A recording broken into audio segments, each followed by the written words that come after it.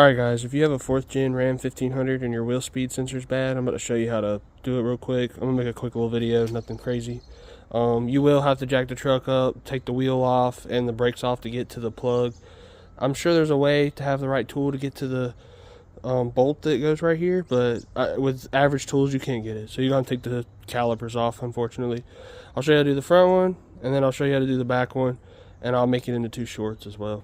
Guys, I'm super lazy, so I did the least amount of work possible. Once I got the wheel off, I took the big bolt off the caliper. The bottom bolt, I just took it like almost all the way off, so it'd sit on there, cocked the rotor to the side, and I took a long extension and went in here, and I didn't have to take everything off. I don't want to have to freaking squeeze the brakes or none of that. And you take this one little tiny bolt out, add a swivel extension, and it literally came loose with a screwdriver.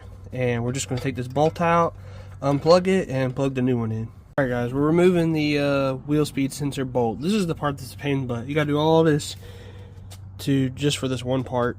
You may be able to fit something in there if you just got a magical hand, but it's supposed to be a T30 hex bolt. I didn't have one of those. I just used a hex head that fit in the hole. But you can see it. I won't focus on it, but yeah, there it is. I used an extension. I have a swivel extension, so it's like kind of an angle.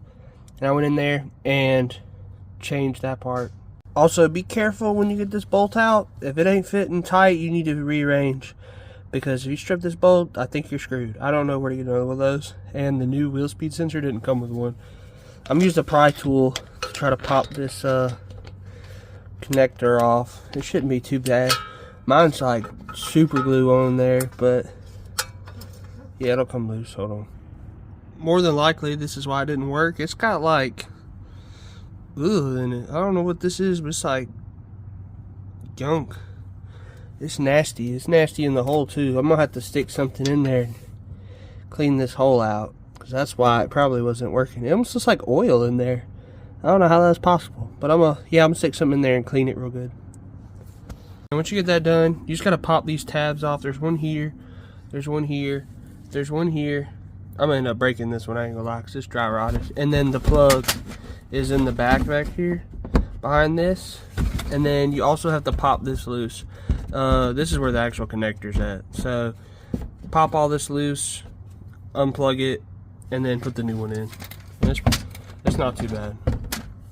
Pull that last piece out. It literally just dangles like this, and I'll have to get on the truck to show you the connector, but it's got a tab on each side. You squeeze one and you unclip the other one. It's pretty easy. Alright guys, so to take out your rear wheel speed sensor and replace it, all you're going to do is take out this one 8mm bolt, pull this clip back, press on it, pull it out, and replace it. I'll show you what the part looks like. It literally just looks like this. And then you insert this one back in. It might not go all the way in, but once you bolt it in, it'll go all the way through. And that's all you gotta do. It's very easy. I recommend getting a screwdriver. I did this with my fingernail and almost broke my damn finger. But as you can see, it comes out like this. This one's pretty nasty. The other side was like clean, so this might be the one that was giving me issues. And then you just gotta take that bolt out and pull this out. I might end up having to get a screwdriver anyway, because last time I couldn't get this to come out, so we'll see how it works. So once this thing comes out, this is what it looks like. This one's pretty nasty. It got like mud inside of it, so it might not have been reading well. Because I have some weird issue where my traction control kicks on sometimes, so I was thinking that maybe it was a wheel speed sensor. This one has an X drawn on it, which is kind of weird, but yeah, let's see if this is the culprit. Alright, so once you get it in and you start putting your bolt in, it wouldn't go all the way in. It's very tight fit. I'm sure you could push on it and get it in there eventually. I just put the bolt in. I've just been kind of working it in slow because you don't want to break it, but maybe it was just the brand I ordered, but it was a really tight fit. Make sure you put your connector back in. All you gotta do is put it on. It should snap right back on into place. Yep. So you heard that click, and then you push your tab in. Make sure it locks all the way.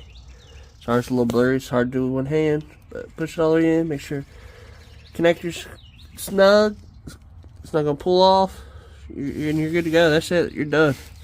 All I got to do is tighten this bolt up a little bit more, and it should go all the way on. I might take this extension off, 1 second. Yeah, I went ahead and put the connector in because it was in the way, but now that I did that, this dang thing isn't long enough, so maybe put the connector on after you fully bolt it down. The torque specs I found online was like 5 to 8 pounds. Just make sure that the connector's flush and it's hand tight. Don't give it too much force, you'll break the connector. Yeah, see, it should look like this once you're all done. And I've already did both the sides, so we're locked in. And now that we're done with these, I'm gonna do the front two next. I'm gonna wait and do them at another time. I just kind of been doing one here and there so that I have to do all of them at once because I'm lazy. But yeah, y'all should be able to do this no problem.